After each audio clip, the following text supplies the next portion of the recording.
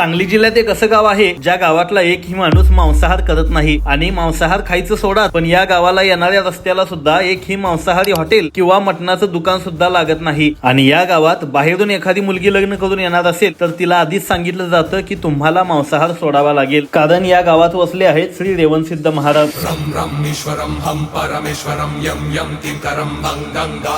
रेवणसिद्ध महाराज हे महादेवाचे अंश आणि अवतार असणारे मुख्य शिवगण तसेच वीरशैव धर्म संस्थापक रेणुकाचार्य श्री रेवणसिद्ध महाराज यांचे पवित्र स्थान आहे। या मंदिराची रचना बाहेरून एखाद्या शिवकालीन राजवाड्यासारखी असून देवाची मूर्ती भगवान विष्णूंप्रमाणे झोपलेल्या अवस्थेत आहे आणि या मूर्तीचे वैशिष्ट्य म्हणजे या देवाच्या अंगातून 12ही महिने सतत थंडगार पाण्याचा पाझर वाहतो। आणि या मंदिरातील नंदी समोर एक गोलाकार पवित्र दगड असून देवाकडे इच्छा मागून हाताचा अंगठा न लावता हा दगड 3 वेळा उचलला जातो आणि जर का खरंच तुमची इच्छा पूर्ण होणार असेल तर तिसऱ्यांदा उचलताना तो दगड आपली जागा सोडत नाही। या दिव्य मंदिराच्या पाठीमागील बाजूस अष्टकोनी आकाराचे अष्टविनायकांचे मंदिर असून शेजारीच नवग्रहांच्या मध्यभागी वसलेलं श्री भगवान सूर्यनारायणांचं मंदिर सुद्धा आहे। अनेक आश्चर्यांनी भरलेलं हे मंदिर पाहण्यासाठी एकदा या ठिकाणाला नक्की भेट द्या आणि या व्हिडिओच्या पुढच्या पार्टसाठी पेजला फॉलो करायला विसरू नका। धन्यवाद।